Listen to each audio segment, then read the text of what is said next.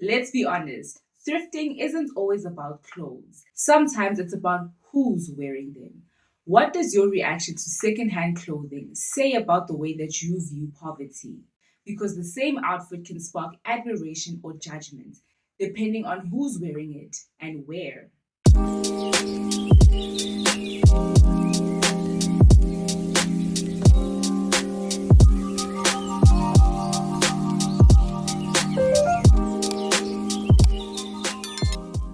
Hey guys, welcome back to my channel. And in today's video, we're going to be exploring the class politics of secondhand fashion. If you haven't already, please be sure to subscribe. You can check out the other videos that we have on this channel. And if you like the way that we do things on this side of life, be sure to subscribe. And at the end of this video, I would love to get your thoughts and opinions on this topic. So you can drop a comment in the comment section below.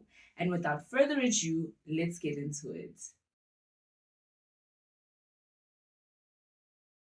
In many upper class or Western spaces, secondhand fashion is praised.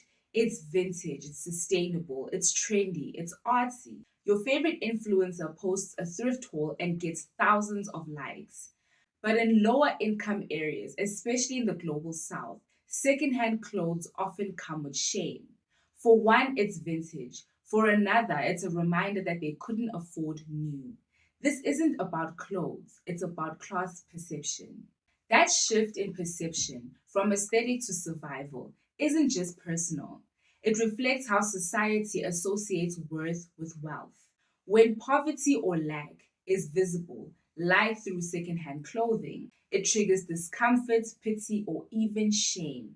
But when that same look is worn by someone with status, it's celebrated as edgy or cool. Sociologist Pierre Bourdieu called this cultural capital, the idea that style, taste, and consumption aren't neutral. They're social tools that give people more power. It's not just about what you wear, but who you are that shapes how it's perceived. In many African countries, secondhand clothing is a whole economy, and it comes with different names.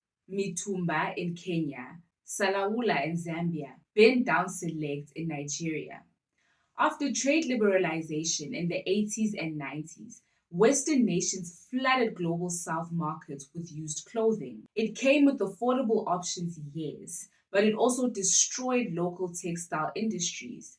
In countries like Malawi, clothing production dropped by 39% and employment in those industries by half. The second-hand trade isn't neutral.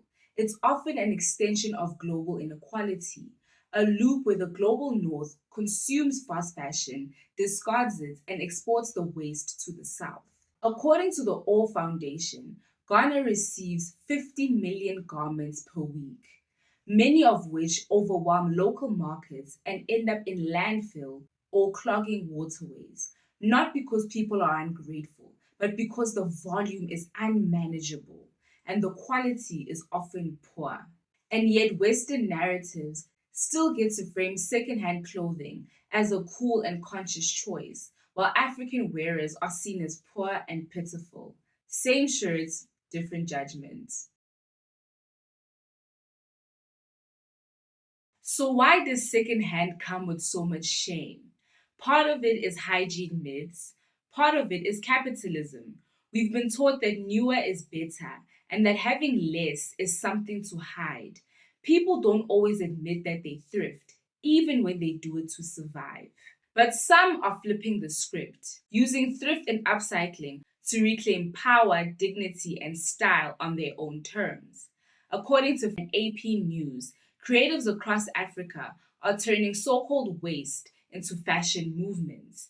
It's not just about affordability anymore, it's about ownership.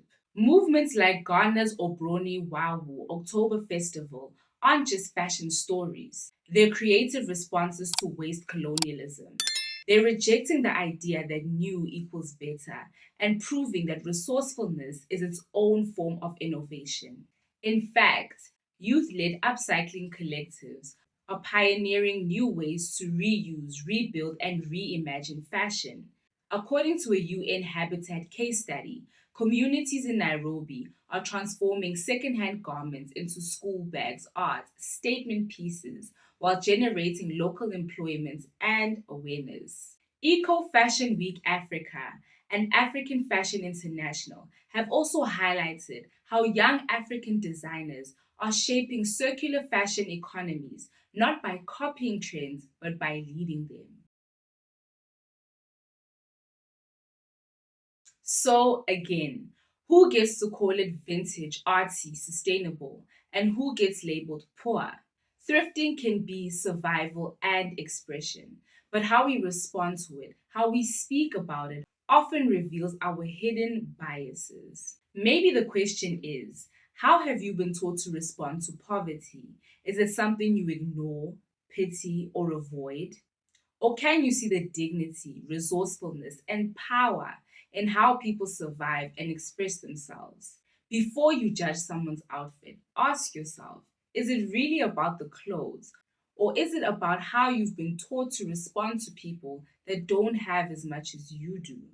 If you want to challenge that bias, here's where to start. Learn about textile waste and secondhand economies. Support thrifters, upcyclers, and designers based in the global south.